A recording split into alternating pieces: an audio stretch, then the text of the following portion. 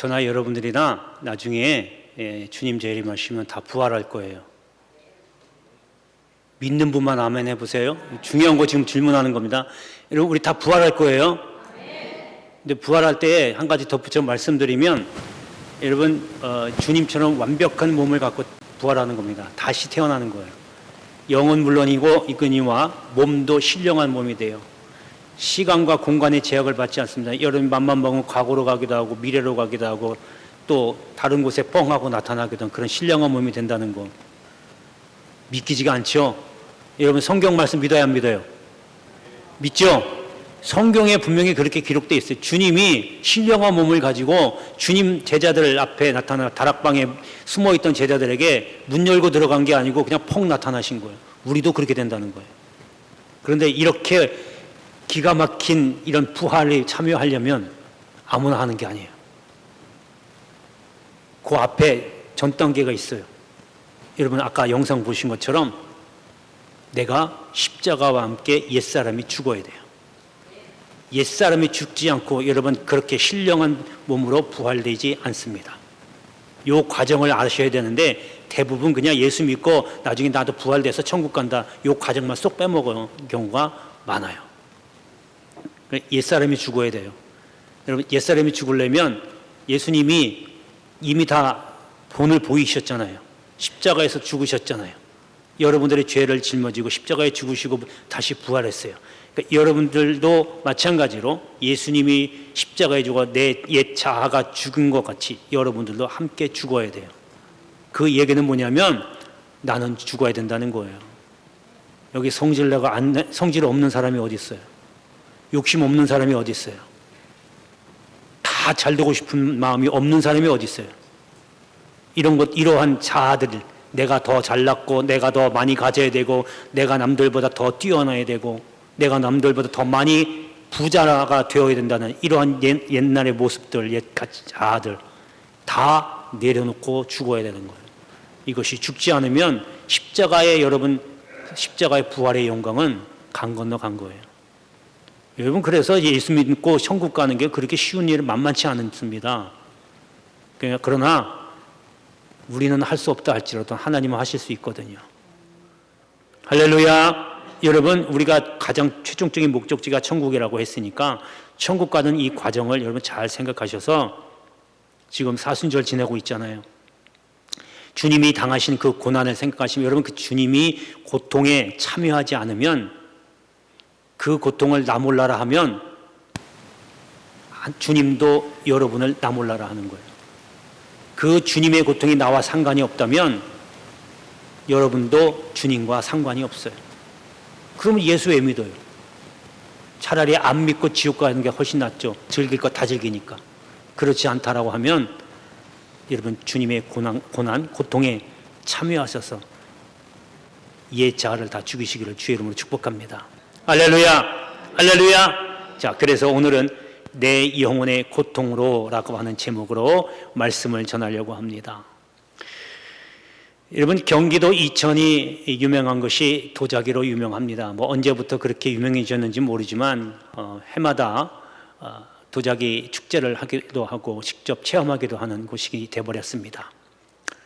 뭐 이천뿐만 아니라 제가 경주에 한때 살았었는데 그 경주에도 가보면 도자기가 여전히 직접 옛날 방식으로 굽고 있습니다. 가마가 쫙 있고요. 그리고 그 안에 이제 도자기를 진흙으로 구워서 거기 넣고 실제로 저도 한번 우연히 한 기회에 그 도자기 굽는 장면을 봤어요. 엄청 뜨겁더라고요. 도자기를 딱 그리고 이제 완성이 되면 와서 그 도자기 만든 사람이 마음에 안 들면 그냥 다 깨버려요. 잘못 구워졌다는 거죠. 우리 보기에는 너무 기가 막힌데 만든 사람은 그 마음에 안 드는 거예요. 그 왜 그러냐 그랬더니 여러분 도자기에서 진흙을 구울 때에 1250도씨로 일정하게 구워야 기가 막힌 도자기가 나온답니다. 근데 거기에 다른 게 영향이 받아서 약간 높다든지 낮다든지 하면 도자기가 멋이 안 난대요. 여러분 포항제철 가면요 용광로가 엄청나게 큽니다. 용광로가요 우리 교회만한 게 있어요. 뭐 그 정도로 진짜로 그래요. 엄청나게 커요. 근데 그 안에 쇳물을 녹입니다. 쇳물을 녹이면 1535도로 쇠를 녹이면 쇠가 녹아요. 그러면 쇠에 들어있던 불순물들, 찌꺼기들이 깔아앉습니다. 용광로 안에. 그러면 위에는 진짜 순수한 아주 깨끗한 철이 떠올라요. 그러면 그거 갖다가 성경로로 이렇게 구부립니다. 구부리면 쇳물이 내려오잖아요. 그럼 그 밑에 틀이 있어요. 그 틀에다 부으면 이제 부으면서 왔다 갔다 하면서 물로 식히고 공기를 식히고 이제 모양을 만들어가는 거예요. 그래서 아주 마음에 드는 제품들이 나오는 겁니다. 우리가 여기 공사할 때도 쇠가 들어갔을 거예요. 요즘 건축물에도 보면 H빔이라고 하는 쇠가 들어가잖아요. 그것도 다 포항제철소로 그렇게 다 만들어내는 거예요. 여러분, 잠언서에 보면 도가니는 은을, 풀무는 금을 연단하거니와 여호와께서는 마음을 연단하시느니라 라고 기록되어 있습니다. 바로 은을 연단하고 금을 연단하는 것이 가마에 들어간 도자기를 굽는 것처럼, 용광로에서 깨끗한 철을 뽑아내는 것처럼 그렇게 연단하는 겁니다. 단련하는 겁니다. 그러면 하나님은 마음을 연단하신대요. 마음을 단련시킨다는 거죠. 어떻게 단련시켜요? 도가니도 있는 것도 아니고 용광로가 있는 것도 아니고 가마가 있는 것도 아니고 어떻게 단련시키느냐? 여러분, 고통을 주어서 하나님이 단련시킵니다. 그러니까 하나님께서 단련시키는 그 이유는, 연단시키는 이유는 깨끗한 철을 만들어서 우리가 정말로 좋은 제품을 만들어내는 것처럼 하나님께서도 그 고통을 통해서 연단해서 여러분을 쓰실 만한 귀한 그릇으로 만들기 위해서 그렇게 단련시키는 거예요. 거기에 고통이라는 것이 집어 들어가는 거예요. 그래서 고통이 안 들어가면 연단이 될 수가 없어요. 뭐 많은 이유가 있지만, 여러분, 방법들이 있지만 여러분에게 원수를 갖다 붙입니다. 너 용서할 수 있겠니? 괴롭죠? 나를 힘들게 하고 나를 폭삭망하게 하는 사람은 어떻게 용서가 돼요? 안 되죠. 미움이 그대로 남아있죠. 그러나 주님이 그렇게 원수 같은 사람을 옆에다 붙여놓는 거야. 용서하라고. 용서될 때까지 그 사람 떠나지 않습니다. 평생 안 떠납니다. 용서가 돼야 그 다음 단계로 넘어가는 거예요. 그리고 여러분, 자식들에 얼마나 고생해요. 애 많이 쓰잖아요. 자식을 통해서 여러분 정말 속상한 것 많지요? 그거 다 하나님이 자식을 통해서 연단시키는 거예요, 여러분을. 그냥 자식이라 죽일 수도 없고 살릴 수도 없고 어떻게 될지 모르고 속만 타고, 여러분 왜 그것밖에 못 보냐고요. 하나님이 여러분의 자식들을 통해서 나에게 아직도 남아있는 뼈대 같은 이런 가시 같은 거를 없애기 위해서 자식을 붙여놓는 건데, 그런 자식이 그렇게 속색이고 힘들게 하면 나를 보고 빨리 회개해야죠. 그리고 여러분 자존심 상하게 만듭니다. 막 무시당하게 만들고 멸시당하게 만들고 어디 가서 인정 못 받게 만들고 자존심 상하게 만들거든요. 여러분, 그거 얼마나 괴로워요. 내가 누군데 이런 생각 들죠. 그 내가 누군데 감히, 여러분 아직도 내가 살아있어서 그래요. 주님 앞에 그런 생각이 들어 있다는 것은 아직도 내가 꿈틀대고 있다는 겁니다. 그래서 계속해서 사람들 만날 때마다 무시당하는 일, 무시당하는 말을 듣는 거예요. 그때마다 꾸부리고 나는 주님 앞에 죽노라고 죽어야 돼요. 그런데 그것도 모르고 서로 같이 그냥 네가 나를 무시했어, 네가 뭔데, 내가 감히, 내가 누군데 이렇게 달려들면 여전히 나는 살아서 십자가에 죽지 못하는 거예요. 그뿐입니까? 여러분, 일하다가 좌절하게 만들어요. 일이 안 되게 확 가로막혀버립니다. 얼마나 힘들겠어요. 물질이 막히고 내 가는 길이 막히고. 하나님이 이렇게 고통을 주는 거예요. 그리고 억울하게 만듭니다. 나는 가만히 있는데 사람들이 나를 누명 씌워버리는 게, 여러분 한두 번 다 경험하셨죠? 그게 그 사람이 나빠서 그런 겁니까? 그런 사람을 나에게 붙여준 거예요. 아직도 나에게 내가 죽어야 할 그게 있기 때문에. 억울함 당하면 그냥 눈물 흘리면서 기도만 하면 돼요. 하나님만 아시니까. 그리고 위에서 축복기도 하면 돼요. 그 사람 상대방은 얼마나 악의 도구로 쓰임받은 거예요. 여러분, 선한 도구로 쓰임받아야지 악의 도구로 쓰임받으면 결과 보세요. 처참하고 비참하거든요. 차라리 그런 쓰임 받는 사람보다 당하는 게 낫죠. 여러분, 이렇게 해서 하나님은 여러분들을 쓰실 만한 그릇으로 만들어가고 있다는 것을 믿으시고 오늘 사순절을 맞이해서 주님의 고통 함께 동참하면서 자아를 십자가에 죽이기를 주의 이름으로 축복합니다. 할렐루야. 자, 그런데 그런 고통을 하나님이 그냥 당하는 걸 보면 자기 백성이 당하는 걸 보면 얼마나 마음이 아프겠어요. 그래도 하나님 그렇게 하시거든요. 그런데 그걸 잘 이겨내신 분에게 하나님이 선물이 있어요. 얻어내는 게 있다고요. 이거는요, 돈 주고 돈 수백억을 줘도 못 사요. 돈 한 푼도 없어도 이걸 받아내는 사람이 있다고요. 여러분, 물질의 영광보다 하나님이 주신 영적인 축복이 얼마나 더 큰 영광인 줄 아세요? 이 영광을 다 받아야 되는데 오늘 하나님이 이러한 고통 뒤에 얻게 해 주시는 것이 무엇인지 여러분 오늘 귀한 시간입니다. 잘 들으시고 이러한 복을 다 받게 되기를 축복합니다. 자, 첫 번째는 앙망하는 신앙을 얻게 됩니다. 유다왕 여호사밧 때의 일입니다. 에돔과 모압과 암몬 이 세 족속이 힘을 합해서 연합군을 만들어서 남유다를 침공합니다. 이때 여호사밧이 어떻게 할 수가 없는 거예요. 그러니까 할 수 있는 게 뭐예요? 주님만 바라보는 것밖에 없어요. 주님 어떡합니까? 그래서 기도합니다. 이 우리를 치러 오는 큰 무리를 어찌 징벌하지 아니하시나이까? 이 무리를 우리가 대적할 능력이 없고 어찌 할 줄도 말지 못하고 오직 주만 바라보나이다. 기도합니다. 그러니까 하나님만 앙망한다는 거예요. 주님만 바라본다는 거예요. 하나님께서 기도를 들으시고 자기네들끼리 서로 싸우게 만들어버려요. 서로 죽이는 거예요. 남유다는요 아무것도 한 게 없어요. 기도했더니 하나님 해결해 주신 거예요. 하나님만 바라봤더니 하나님께서 해결해 주셨다. 여러분 아직도 내가 뭔가 할 것 같은 착각에 빠져 있습니까? 아직도 내가 이거 하면 될 것 같은 생각에 빠져 있습니까? 여러분 우리가 해야 할 일은 우리가 해야 하지만 제일 먼저 하나님만 바라보면서 하나님께 구해야지요. 여러분 하나부터 열까지 다 여러분 하는 일이 다 하나님 손바닥 안에 있어요. 내가 하는 것 같아도 내가 잘하는 것 같아도 하나님만이 하시는 거거든요. 그렇다면 하나님의 뜻을 구하면서 하나님의 뜻에 맞춰가는 것이 여러분 얼마나 큰 복된 일인지 모릅니다. 여러분 오늘 본문에 보면 14절에 나는 제비같이 학같이 지적이며 비둘기같이 슬피 울며 내 눈이 쇠하도록 앙망하나이다. 여러분 이 무슨 내용이냐면요 배경이 이렇습니다. 지금 히스기야가 병들었어요. 지금 죽을 병에 걸린 거예요. 들은 거예요. 어떻게 고칠 방법이 없어요. 그러니까 하나님이 주신 병이니까 하나님만이 고칠 수 있는 거예요. 그러니까 지금 히스기야가 지금 이 기도를 하는 거예요. 하나님 내가 이렇게 지금 너무 기진하도록 주님만 바라보고 있다.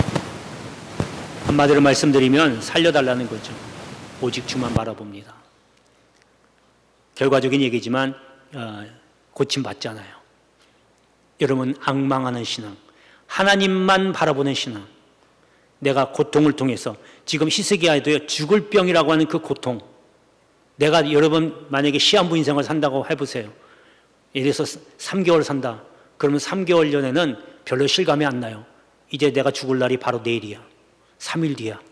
여러분 마음이 어떻겠어요? 너무너무 고통스럽죠. 지금 그 히스기야가 그러한 고통을 겪고 난 다음에 오직 주만 바라보나이다라고 하는 앙망하는 신앙을 갖게 되었고 그것 때문에 하나님이 기도에 응답하셔서 치유가 있었다라고 하는 겁니다. 여러분 아까 말씀드린 대로 고통은 반드시 와야 됩니다. 내 옛 자아가 죽으려면 와야 돼요. 근데 그 고통 때문에 하나님께 더 의지할 수 있는 하나님만 바라보게 되는 그러한 깊은 신앙을 갖게 됐다는 거. 이게 더 큰 복이 아니면 무엇이겠습니까? 여러분 아직도 용서하지 못한 사람이 있으면 속히 회개하고 용서하세요. 아직도 내가 잘났다라고 혼자 스스로 생각하면 빨리 무릎 꿇고 겸손을 달라고 회개하시라고요.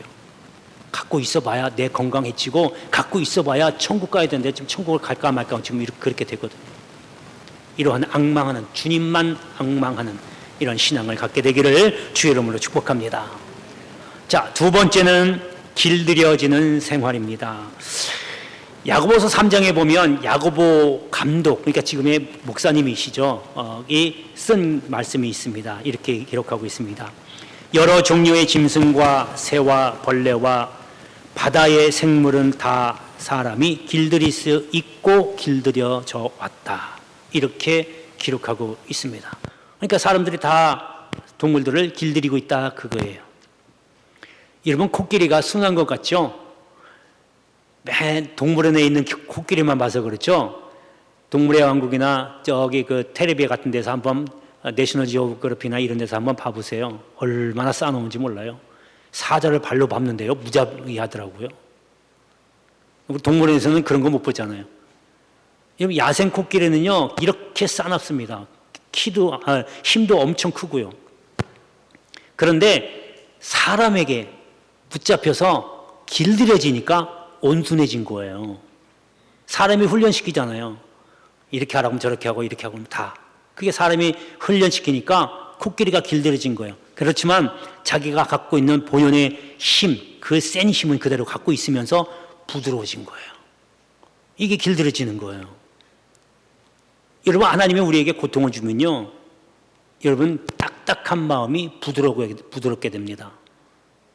여러분, 그래서 여러분이 말투만 들어도 이 사람이 어느 정도 지금 훈련받고 있는가를 알 수 있어요. 말에 심지가 들어가 있는 사람들이 있거든요. 말로 탁탁탁 쏴붙이는 사람들은 아직 멀었다. 아직도 자기가 세고 있거든요. 길들이지 않기 때문에. 고집 피우는 사람도 있거든요. 말해도 전혀 귀에 안 들어와요. 그 마음이 딱딱하니까 말 딱 집어넣으면 그 말이 흡수가 안 되고 튕겨 나오는 거예요. 고집이 세니까. 그게 딱딱한 마음이에요. 하나님이 이런 게 있으면 하나님 일을 못하니까 고통을 주는 거예요. 그게 육신의 고통이든 아까 말씀드린 대로 5가지 그런 어려움을 막 주는 거, 팍팍 주는 거예요. 그래서 죽으라고, 고집 버리라고. 네 생각이 옳은 게 아니고 하나님 생각이 따로 있다고 하나님 인정하라고 하는데, 그래도 고집 못 버리고 끝까지 버팅기면 하나님이 더한 고통도 이제 주는 거죠. 그러면요, 나중에 낭떠러지 밑에 딱 걸려가지고 나중내 하고 이제 그때까지 가는 거예요. 몸은 몸대로 다 망가지고 돈은 돈대로 다 없어지고 아는 사람 다 떠나가고 정말 막다른 골목에 다다라서 이제는 정말 하나님만 바라보지 않을 수밖에 없는 상황을 하나님이 만들어 가시는 거예요. 그게 감사해요. 그렇게 해서 하나님께 돌아오면 그게 감사인데, 그것마저 그냥 네가 알아서 해라 라고 하나님이 무관심 방치해버리면 그런 고통이 없죠. 고통이 없는 게 더 큰 무서움이에요. 그걸 빨리 깨닫는 게 더 감사고 은혜죠. 그렇게라도 돌아오면 하나님 백성 되니까. 그래서 그 고통으로 말미암아 하나님 손에 길들여지는 거예요. 온순해진단 그 말이에요. 그래서 기도하고 오늘 주신 말씀처럼 표 실천 항목처럼 회개하고 믿음 갖고 정직하게 하면 하나님 손에 붙들려서 온순해지는 거예요. 내 생각 다 내려놓게 되고 고집도 이제 없어지게 되고 나만 생각했던 이기심에서 이타심으로 바뀌는 거예요. 너를 생각하는 마음. 그리고 말 톡톡톡 쏴붙이는 거. 자기는 그게 아니고 그냥 무심코 얘기를 하지만 그 사람 마음속에 이미 딱딱한 마음이 있으니까 나오는 게 칼로 딱딱한 쇠창살이 돼서 나오는 거예요. 툭툭 내뱉는 게 상대방을 찌르는 거죠. 근데 그런 말이 부드러워지게 되고 그 사람하고 대화하면 편해져요. 그런 사람 겪어보셨을 거예요. 또 이 사람하고 얘기하고 대화하면 왠지 막 답답해지고 막 짜증이 나요. 상대방의 마음이 딱딱하기 때문에 그래요. 여러분은 어떤 걸 선택할 거예요? 상대방에게 편한 마음을 편하게 해줄 거예요? 아니면 상대방을 힘들게 만들 겁니까? 그렇게 하려면 먼저 내가 딱딱한 마음에서 부드러운 마음으로 바꿔야 된다. 그 사이에 하나님이 주시는 고통, 어려움, 이걸 넘어서야 되는 거예요. 여러분 거저가 없습니다. 이렇게 될 때에 하나님 손에 붙들리는, 하나님에 의해 살게 되는 그러한 복을 받게 될 줄 믿습니다. 할렐루야. 자, 이제 본문을 보겠습니다. 15절에 보니까 마지막 부분에 방황하리이다 라고 돼, 방황하다라는 말이 나옵니다. 이 방황하다는 말의 히브리어의 원본을 보면 에다더라고 하는 말을 사용하게 되는데, 이 단어의 뜻이 조심하다, 부드러워지다라고 하는 이야기입니다. 그러니까 여기 방황하다라고 하는 이야기는 부드러워진다라고 하는 거죠. 그러니까 하나님 손에 붙들려서 길들여지는 것, 마음이 부드러워지는 것을 말합니다. 지금 이스기야는 하나님이 주신 죽음이라고 하는 고통을 통해서 하나님 손에 붙들리고 부드러워지고 길들여져 갔다, 그 얘기예요. 여러분, 이러한 하나님 손에 붙들려서 길들여지는 부드러운 마음을 갖게 되는 저와 여러분 되시길 주의 이름으로 축복합니다. 자, 마지막 세 번째는 평안의 복입니다. 여러분, 베데스다 연못에서 38년 된 병자가 있었지요. 일어서지도 못하고 참 애처롭게 38년 동안 고생했어요. 자, 그러다가 이제 예수님을 만나고 일어서고 고침을 받습니다. 육신의 평안을 얻게 됐다, 그거예요. 자, 그리고 그 후에 성전에서 예수님을 만납니다. 예수님이 이 사람을 보고 이제 가서 다시는 죄를 범하지 말라. 그러니까 뭐예요? 이 사람이 38년 동안 병자가 된, 안진뱅이가 된 이유는 죄 때문이라는 거예요. 그래서 이 죄를 다시는 범하지 말라. 영혼이 구원받은 겁니다. 영혼의 평안을 얻은 겁니다. 여러분, 주님을 만나서 영혼과 육신의 평안을 얻었다. 뭐 때문에? 지금 그 38년 동안에는 고통 때문에 주님을 귀하게 여길 줄 알게 되었고, 이 고통이 그를 평안하게 만들었다라고 하는 겁니다. 여러분, 하나님이 주시는 고통은 사람이 주는 게 절대 아닙니다. 사람을 통해서 하나님이 주시는 거예요. 그 고통과 어려움은 이렇듯 나에게 다 버릴 것이 없고, 내가 제대로만 통과한다면 나에게 진짜 정말로 큰 유익이 되는 것입니다. 고통이 없는 사람이 더 불쌍한 거예요. 하나님이 나를 버렸나라고 이렇게 의심할 정도로 그렇게 되는 겁니다. 이러한 고통을 통해서 평안이 있게 되기를 축복합니다. 자, 이제 본문을 보겠습니다. 본문 17절 보면요, 보옵소서 내게 큰 고통을 다하신 것은 내게 평안을 주려 하심이라. 지금 히스기야 왕도 자신에게 이렇게 죽음이라고 하는 고통을 주신 그 이유가 하나님이 내게 평안을 주시려고 한 것이라는 것을 고백하게 됩니다. 여러분, 죽을 병의 고통, 이러한 고통을 통해서 하나님이 주시는 세상 것과 같지 아니하는 평안을 얻게 된 것을 히스기야가 고백한 겁니다. 여러분, 이러한 평안, 정말로 세상이 가질 수 없는 하나님만이 주시는 평안을 여러분 다 갖게 되기를 주의 이름으로 축복합니다. 기도하겠습니다. 은혜로우신 아버지 하나님, 감사합니다. 우리에게 고통은 필요하지만 그 뒤에